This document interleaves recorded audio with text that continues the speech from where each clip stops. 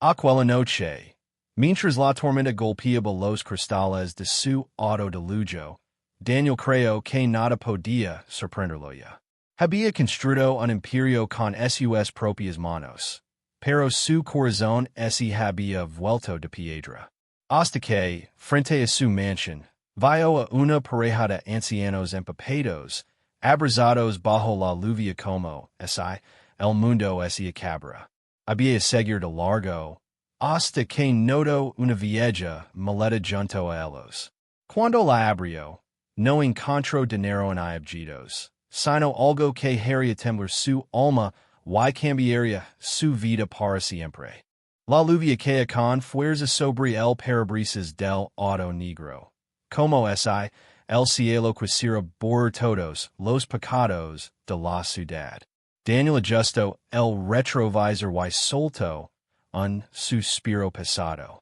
Tenía 42 años, una fortuna que muchos envidiarían y un vacío que nadie podía imaginar. Su vida estaba hecha de números, contratos y silencios. En ni siquiera recordaba la última vez que había sentido algo parecido a compasión.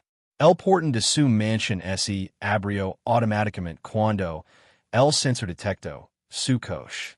Pero antes de entrar, una escena inusual lo detuvo. A la derecha, bajo una farola que parpadeaba entre la lluvia, dos figuras temblaban cubiertas apenas por un pedazo de plástico. Eran un hombre y una mujer ancianos, empapados, abrazados el uno al otro como si protegieran del mundo entero. A sus pies, una maleta vieja, de cuero gastado, descansaba en el barro. Daniel frunció el seno. Su primer impulso fue acelerar. No era asunto suyo. La ciudad estaba llena de personas en hogar, y él no podía salvarlas a todas. Pero algo en esa imagen lo paralizó. Quizá fue la forma en que el anciano cubría con su cuerpo a la mujer, o la mirada resignada de ella, mezcla de miedo y dignidad. El limpia parabrisas iba y venía, marcando el ritmo de su indecisión. El anciano levantó lentamente la cabeza y lo miró directo a los ojos. No había súplica en esa mirada, solo una calma profunda, casi dolorosa. Daniel sintió un nudo en el pecho. Trato de ignorarlo. No es mi problema, murmuró para sí, colocando la mano sobre la palanca de cambios. Pero sus dedos no se movieron. El viento golpeó el auto. La mujer comenzó a toser, una tos débil, quebrada, que se colorado hasta el corazón de Daniel a través del ruido de la tormenta. Y entonces algo dentro de él se rompió. Apagó el motor, tomó su abrigo y salió bajo la lluvia. Cada paso fue una batalla contra su propio orgullo. El agua empapaba su traje, pero no lo importó. Se acercó lentamente. Buenas noches, dijo con voz firme. ¿Están bien? El anciano asintió con una sonrisa educada. Solo esperamos que pase la lluvia, señor. No tenemos a dónde ir. Daniel sintió un escalofrío.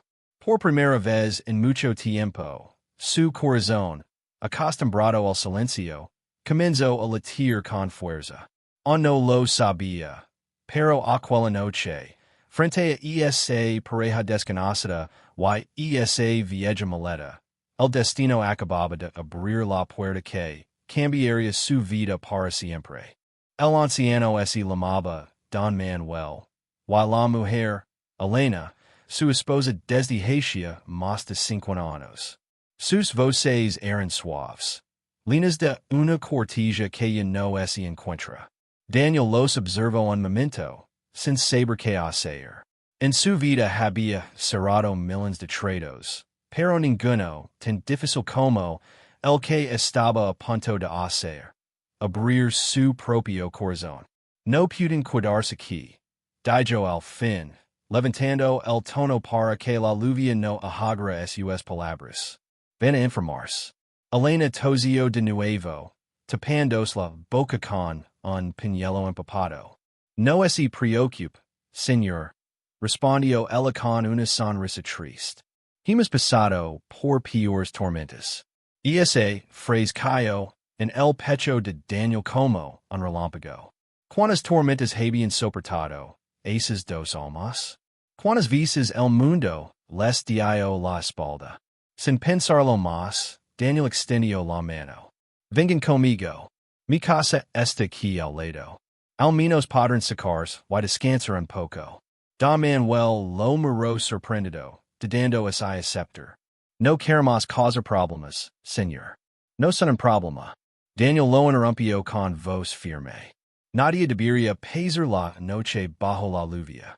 Los ojos del anciano se humedecieron, aunque no solo por el agua. Finalmente ascensió. Daniel los guió hasta la entrada de su mansión, una construcción moderna, inmensa, donde el eco de los pasos solía ser su única compañía. Al abrir la puerta, el contraste fue casi violento.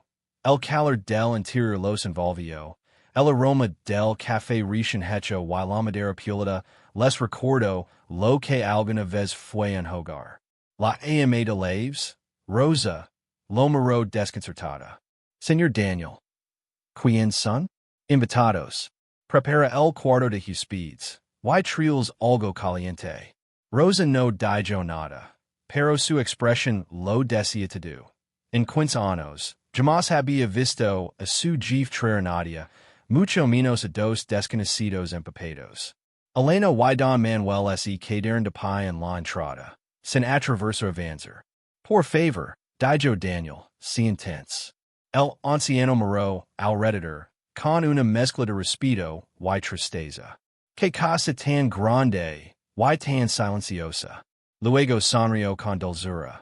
Mi esposa siempre dice que una casa sin risas no es un hogar.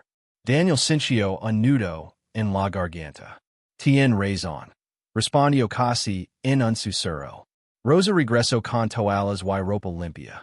Elena temblaba mientras se cubría los hombres.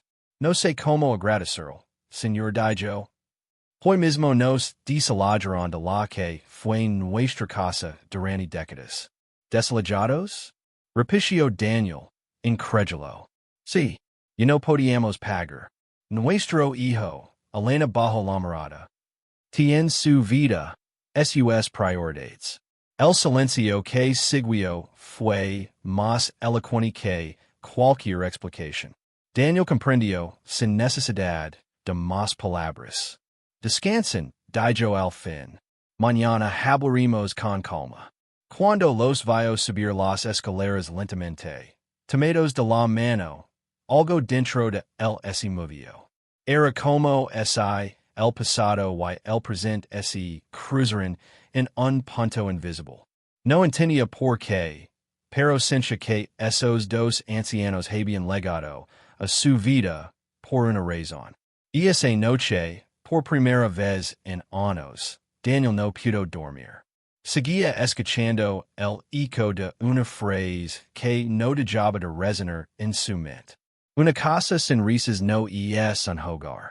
El amanecer trajo una calma extraña. Por primera vez en mucho tiempo, Daniel despertó con el sonido de voces en su casa. Voces suaves, cálidas, que parecían llenar los pasillos vacíos.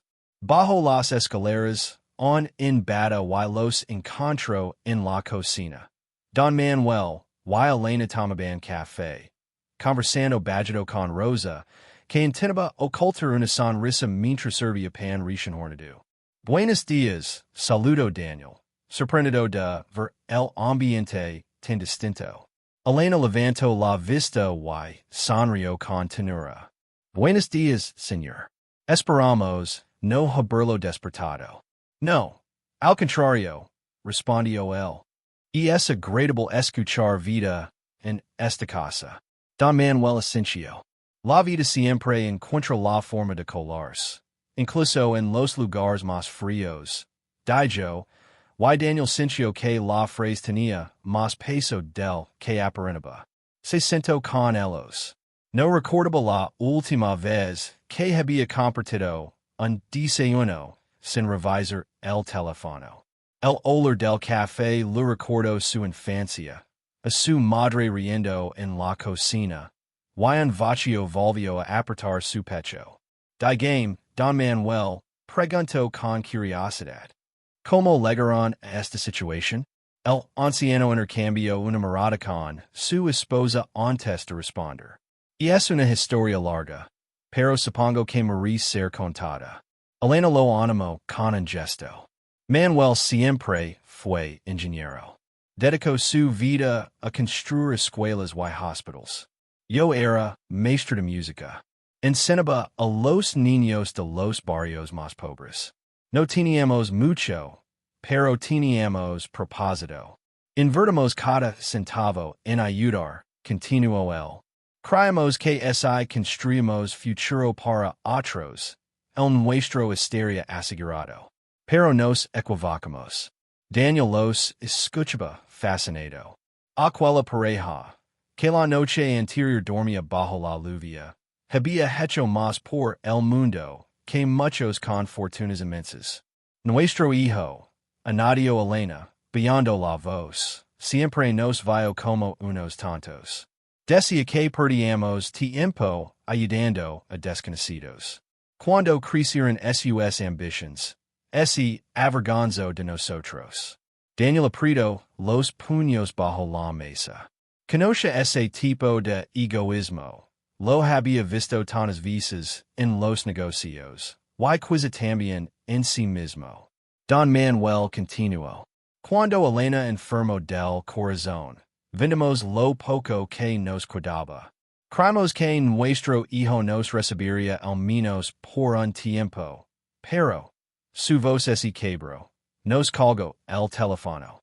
Dijo que nuestras decisiones no eran su responsabilidad. El silencio volvió a reinar. Rosa se secó discretamente una lágrima. Daniel respiró hondo. No puedo creerlo, murmuró.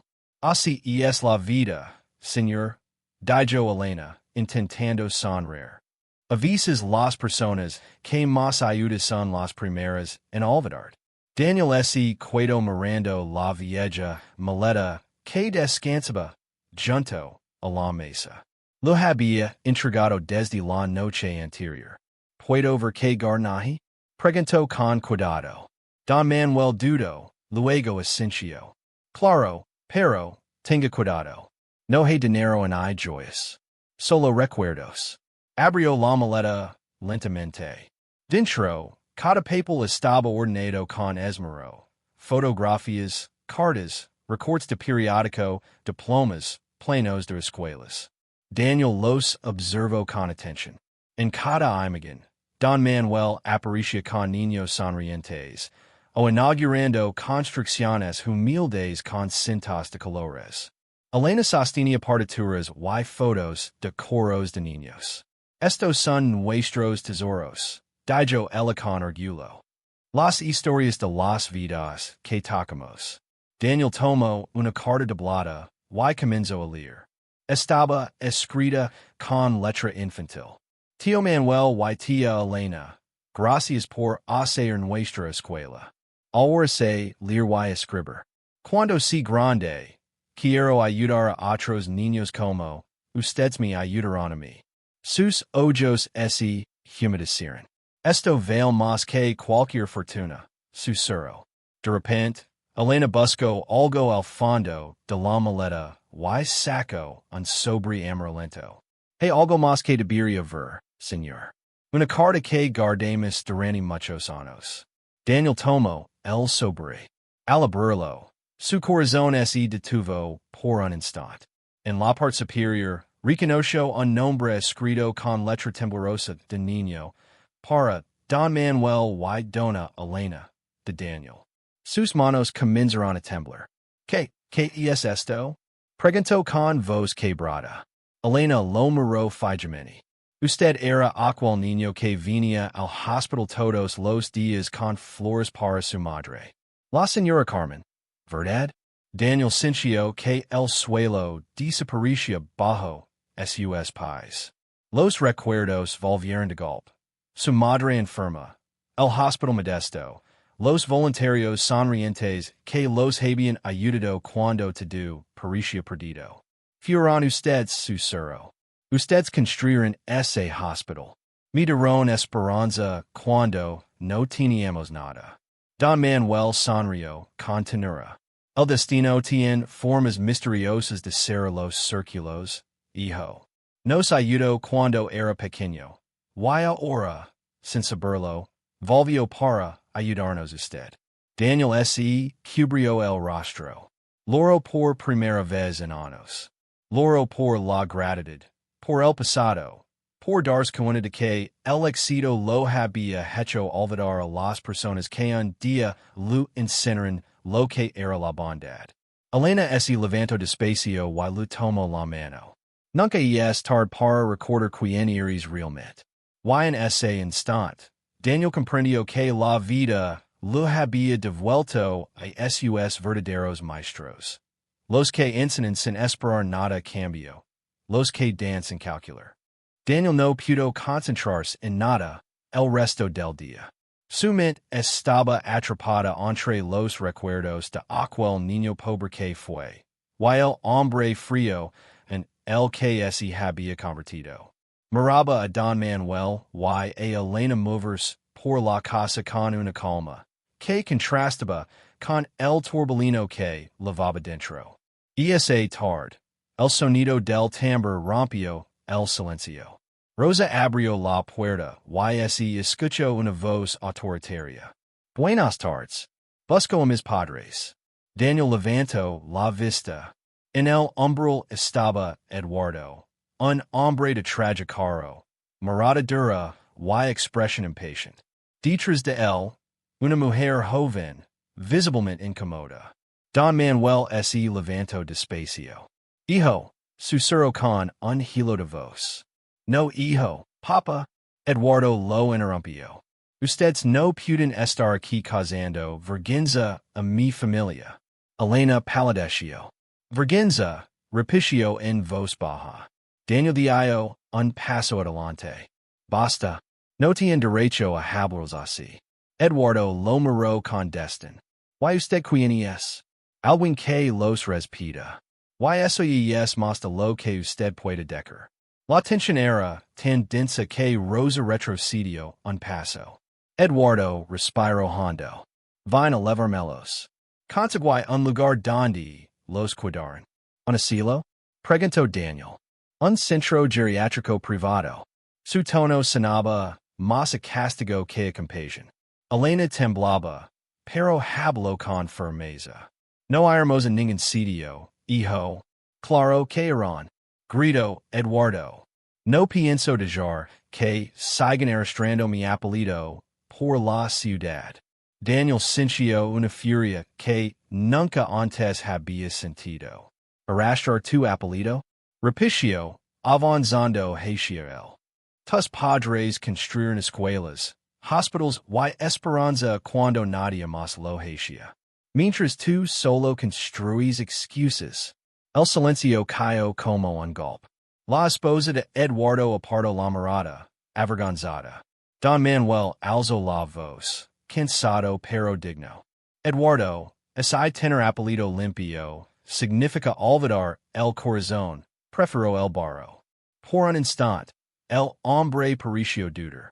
Pero enseguida, su orgullo volvió a dominarlo. No pienso discutir con ustedes. Se giro hacia Daniel. Se lo advierto, señor. Esi sigo mediendos, lo lamentara. Daniel lo sostuvo con la mirada. Y mi medi, y no me arrepiento. Eduardo salió dando un portazo.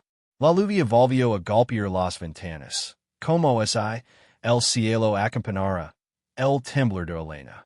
Daniel se acercó, y la abrazó con cuidado. No están solos, dijo. No mientras yo esté aquí. Don Manuel lo miró con ojos humedecidos. Dios sabe cuándo mandar a los ángeles que necesitamos.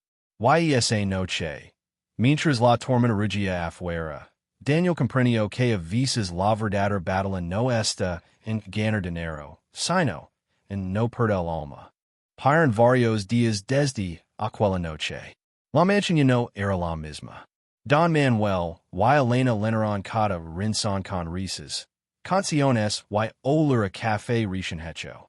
Rosa, la siempre seria ama de laves. Comenzó a sonreír con ellos.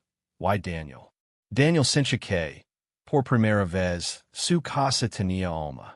Una tarde soleada, mientras el viento llegaba con las cortinas. Elena se sentó al piano que Daniel había mandado restaurar. Sus dedos, frágiles pero firmes, comenzaron a tocar una melodía suave que parecía sanar el aire. Don Manuel la observaba con ojos brillantes. ¿Sabe, hijo? Dijo él, mirando a Daniel.